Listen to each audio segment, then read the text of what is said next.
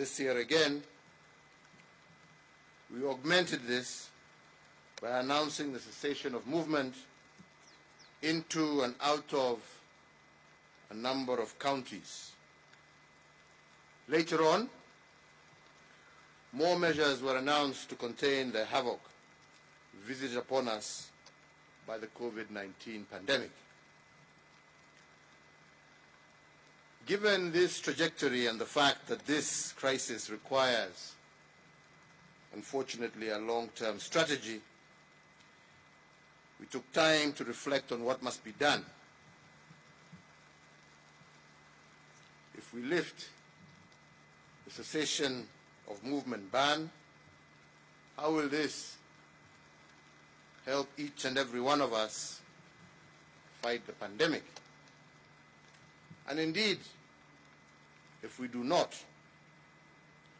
how does this ban continue to affect our economy, especially our micro-business enterprises and those who derive their livelihoods from them? So, fellow Kenyans, to answer these questions, we turn to our brain trust, our experts, some of whom are standing behind us, a team made up of the finest doctors and research scientists, as well as public practitioners, and we turn to them for counsel. And it must be admitted that opinion was divided on how we are to advance against this virus. Some, myself included, wanted us to open up now. That was and is still my desire. I know we all want to open up at the earliest opportunity and get our economy going.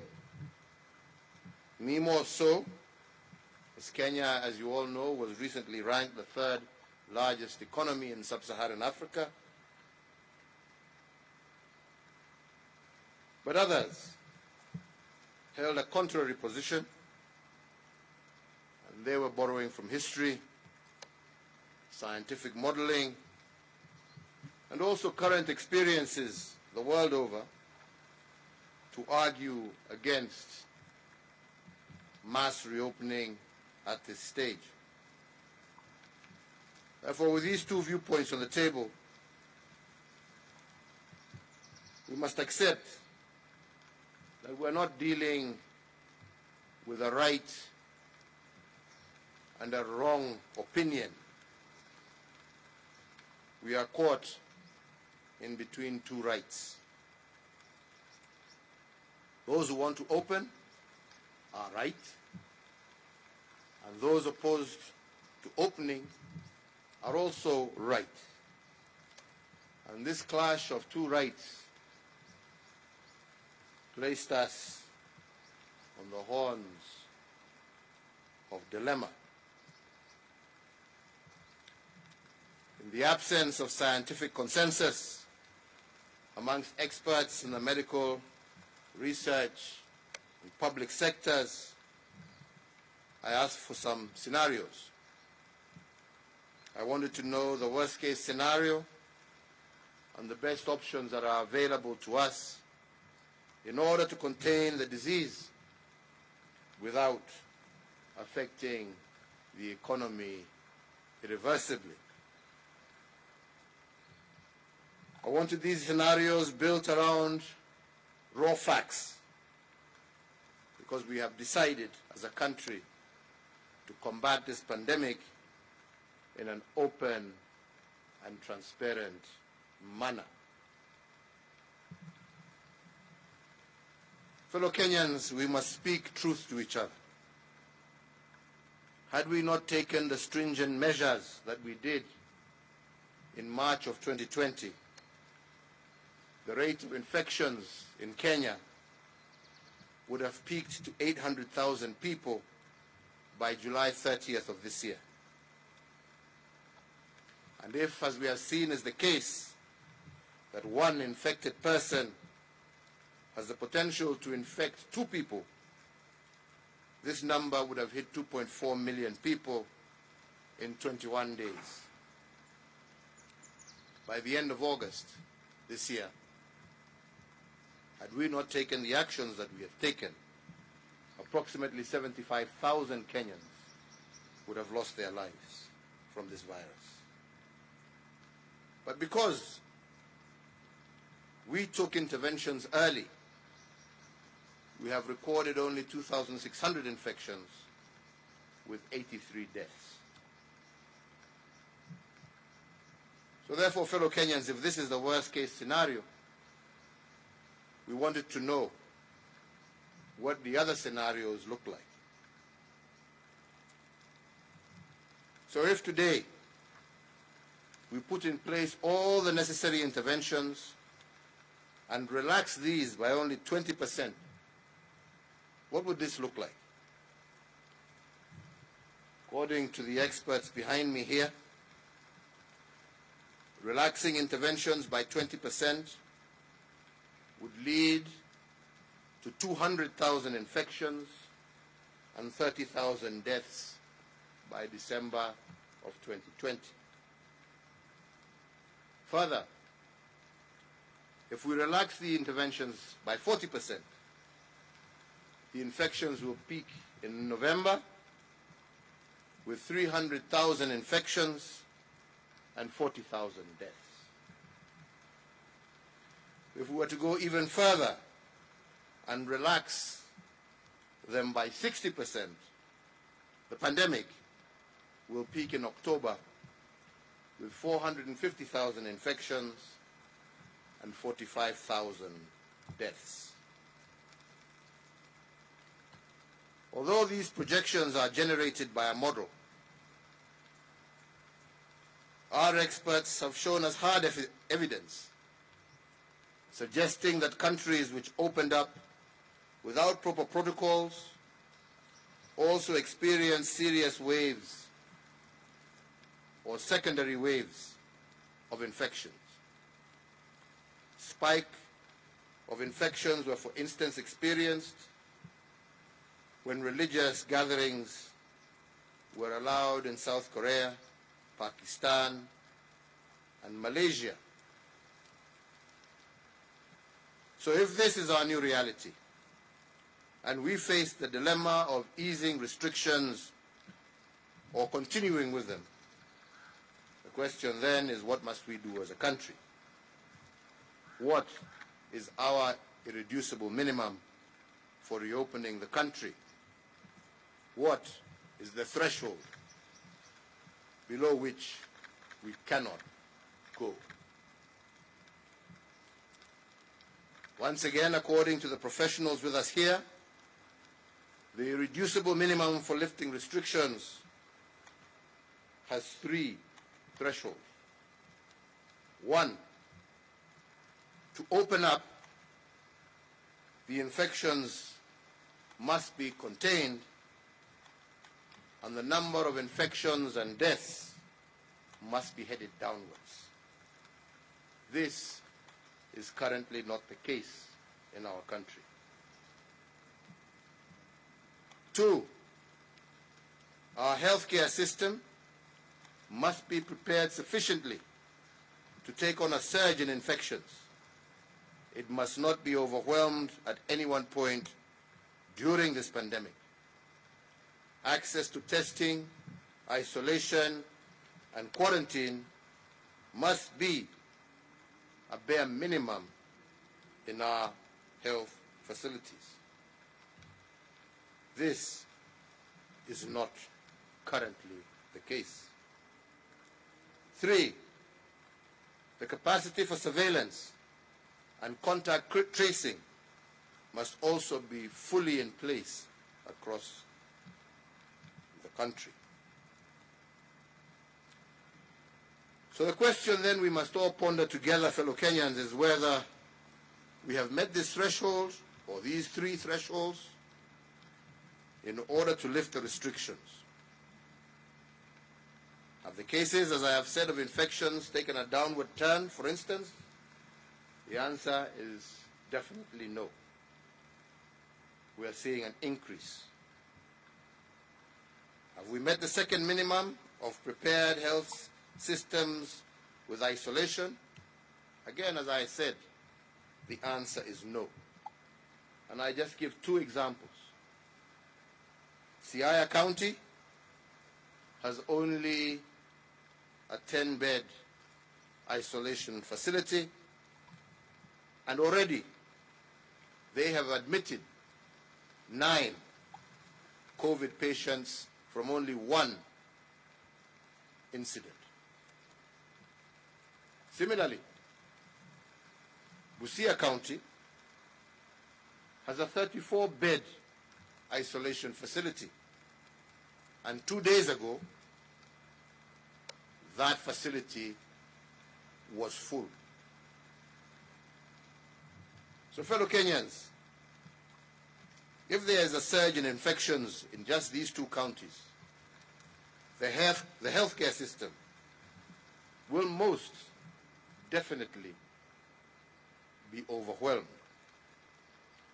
So the hard question to pose here is whether Kenyans are prepared to nurse COVID-19 patients in their homes if our healthcare system cannot handle the numbers. Are they prepared to expose their children, to expose the elderly to COVID-19 patients in the close proximity of home?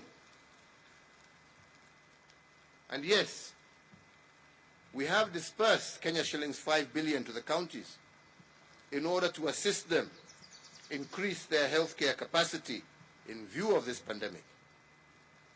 But to build the necessary health infrastructure for such an undertaking requires time. We must get ahead of this pandemic by creating lead time. So therefore, fellow Kenyans, while considering the possibility of de-escalating the containment measures in place and conscious that health is a shared function between the national and county governments,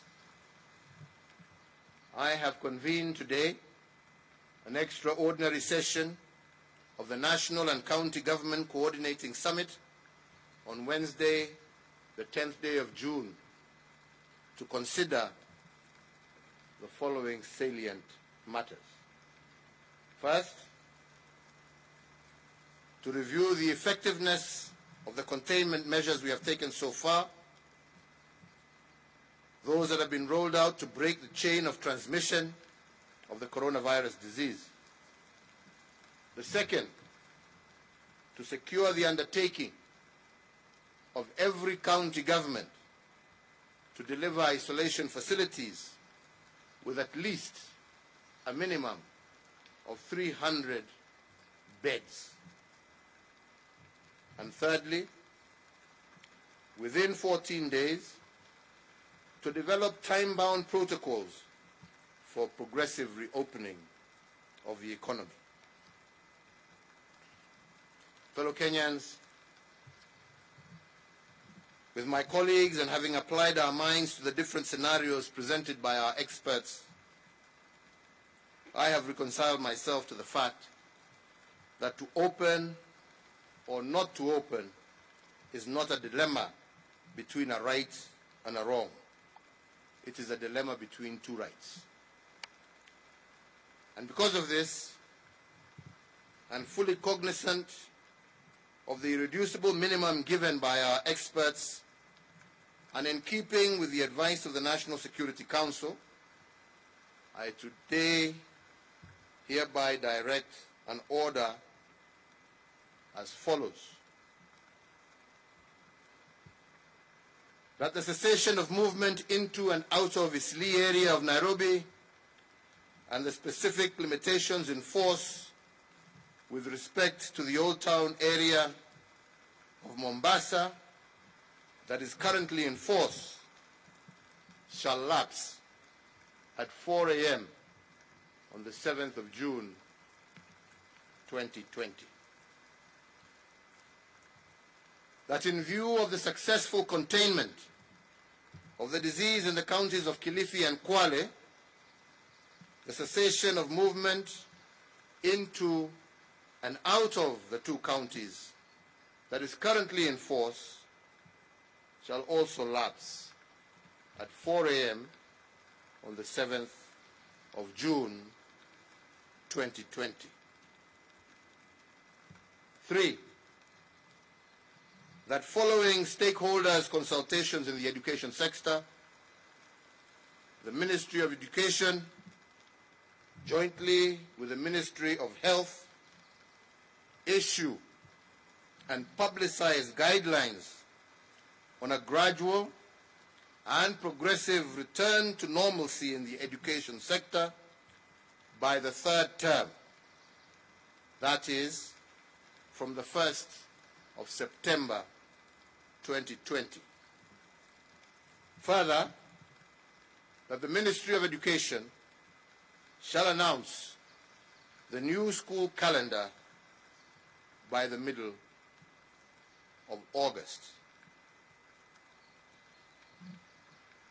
As you are aware, on Madaraka Day, I did direct that the Ministry of Interior and Ministry of Health hold consultations with interfaith and religious organizations. So today, we state that following these consultations, within 7 days of today,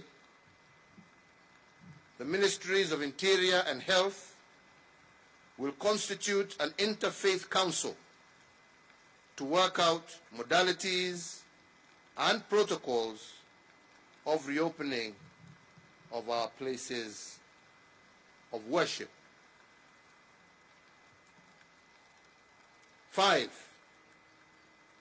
that in the meantime, the ban on all forms of gatherings, including but not limited to political gatherings, social gatherings, including bars, be and is hereby extended for a further 30 days.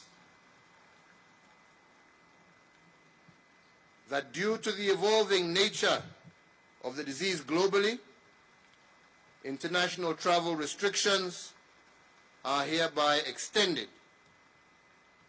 In the meantime, the Ministry of Transport is directed within 7 days from the date hereof to engage all key stakeholders and develop protocols and guide resumption of local air travel. That due to the increase in patterns of infections, the cessation of movement into and out of the Nairobi metropolitan area, Mombasa and Madera be further extended by 30 days. That the nationwide dusk to dawn curfew, currently in force until today, the 6th of June 2020, is extended for a further 30 days. However, the commencement time for the same shall be varied from 7 p.m. to 9 p.m., with the end time for the same being varied from 5 a.m. to 4 a.m. Therefore, effective 7th June 2020, the nationwide dusk to dawn curfew will run from 9 p.m. in the evening to 4 o'clock or 4 a.m. in the morning. This variation should enable Kenyans to have a full workday schedule. Fellow Kenyans, recognizing the negative impact of the COVID-19 is not limited to healthcare. As I have said before, my administration has made targeted interventions to protect our economy. At the onset of the pandemic, my administration injected 216 billion back into the economy through tax refunds, rebates and waivers.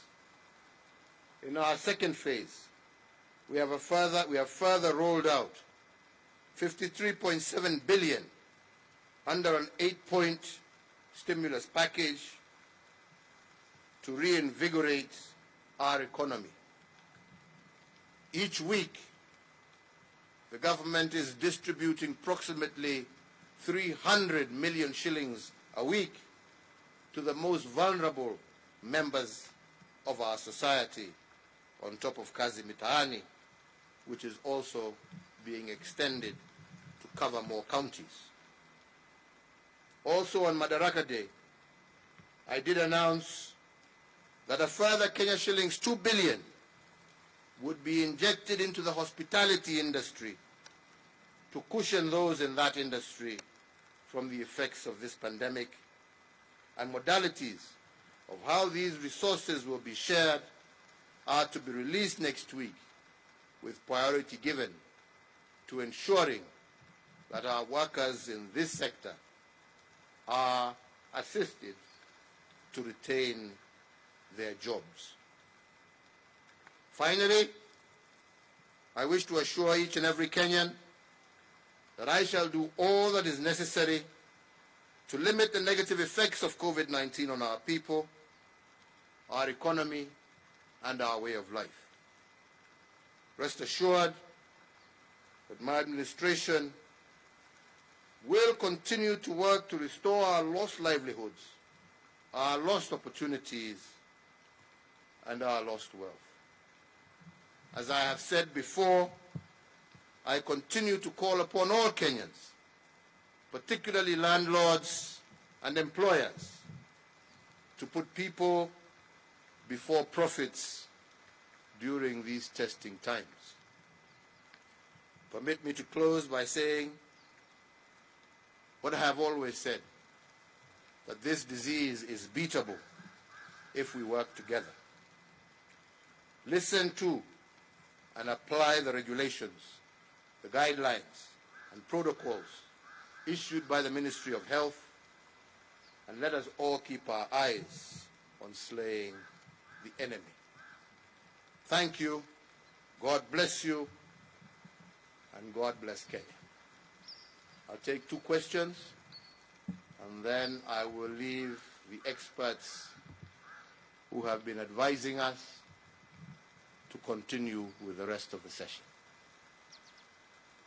Good afternoon. Afternoon to my you. My name is Gashuri from Cessation. Yes, Gashuri, I know you. How are you, sir?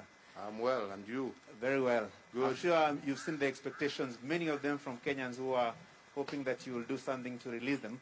But be it as it may, the main question is the question of sustenance, livelihoods.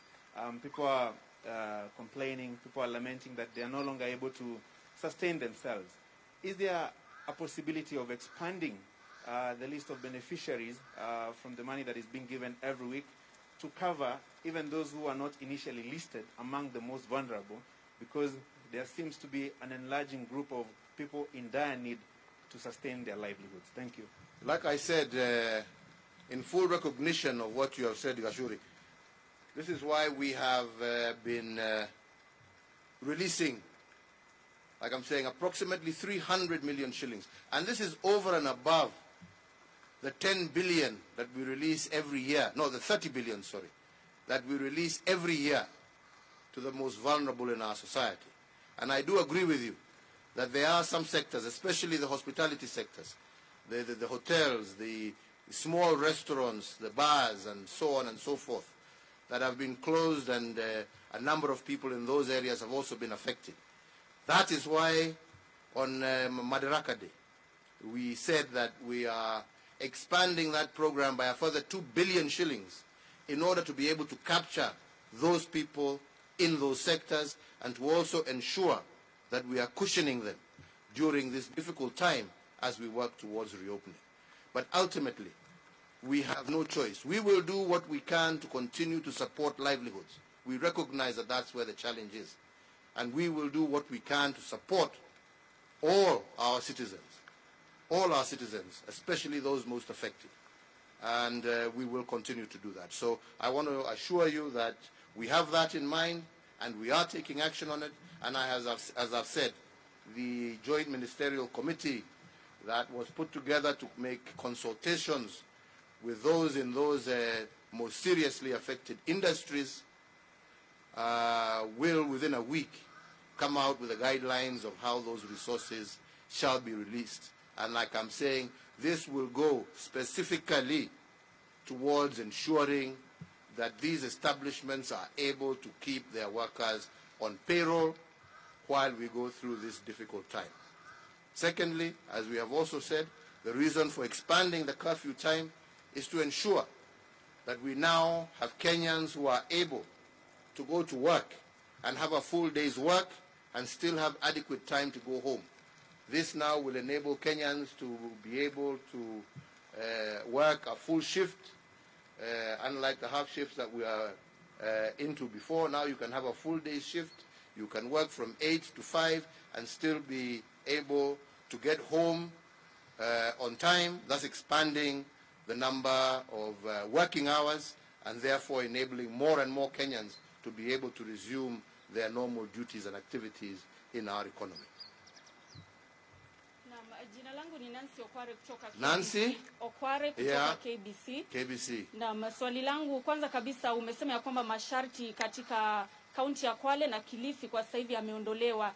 Je, kama serikali mnahisi kwamba mmefanya vya kutosha ili kuhakikisha kwamba hao watu wanapotoka na kuenda katika kaunti nyingine wamepimwa, ili kuhakikisha kwamba pengine kuna mmoja hakuwa amepimwa, lakini unasema ya kwamba Kilifi mmeweza kumaliza ugonjwa ule pale na watu wote hawajapimwa? Hatujasema ugonjwa umeisha.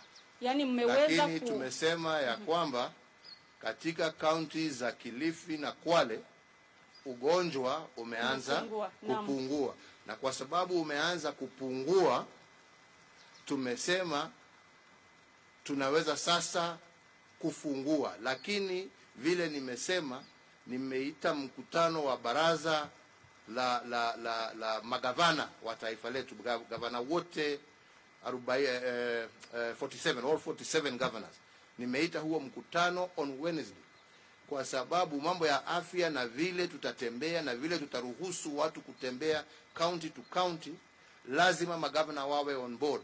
Lazima waweke mikakati, kila governor kwa county yake, ile itatumiwa wakati watu wanatembea. Watapima temperature namna gani, watajua wagonjwa ni wagapi.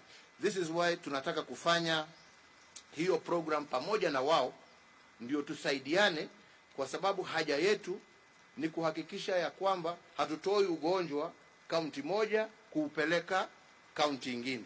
Na ndipo unasikia tukisema kama ni hapa kwetu Nairobi sasa pale tuko hapa, ugonjwa unaenda juu.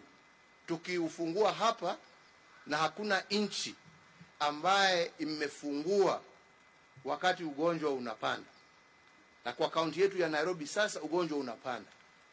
Katika states mbali sasa tunaona increased number of cases. Na ndipo tunasema Nairobi sio kama Kwale na Kilifi. Kwale na Kilifi ugonjwa umeanza kushuka. Hapa Nairobi unapanda. Na ndipo unaona tumefungua kule ambapo ugonjwa umeanza kuteremuka, na tumebakisha cessation kwa pahali ambapo ugonjwa bado unaendelea kwenda juu, kwa sababu hatutaki kueneza huu ugonjwa kwa kaunti zile zingine. Umesikia hapo nikisema hapo awali, tukifungua kabisa vile wengine labda wangependa tufanye. Kulikuwa tu case moja ambaye ilitoka hapa Nairobi ikaenda mpaka Siaya. Hiyo case moja imesababisha watu wengine 8 wapate ugonjwa. County ya Siaya wako na vitanda ya isolation 10 peke yake. Sasa jameni, tukifungua hivyo wengine wanataka tufanye, ugonjwa uendelee kuzidi Migori na Siaya, na hawana vitanda vya kutosha. Si hiyo ni kulazimisha wale ambao wako na ugonjwa sasa warudi manyumbani kwao. Wakirudi manyumbani kwao, Hawa ni wazee wetu, wa mama wetu na watoto wetu ambao pia wataambukizwa na hizo virusi. Na ndipo tumesema tunataka huu mkutano wa Wednesday, kwa sababu tayari tumeallocate bilioni 5 kwa kaunti zetu.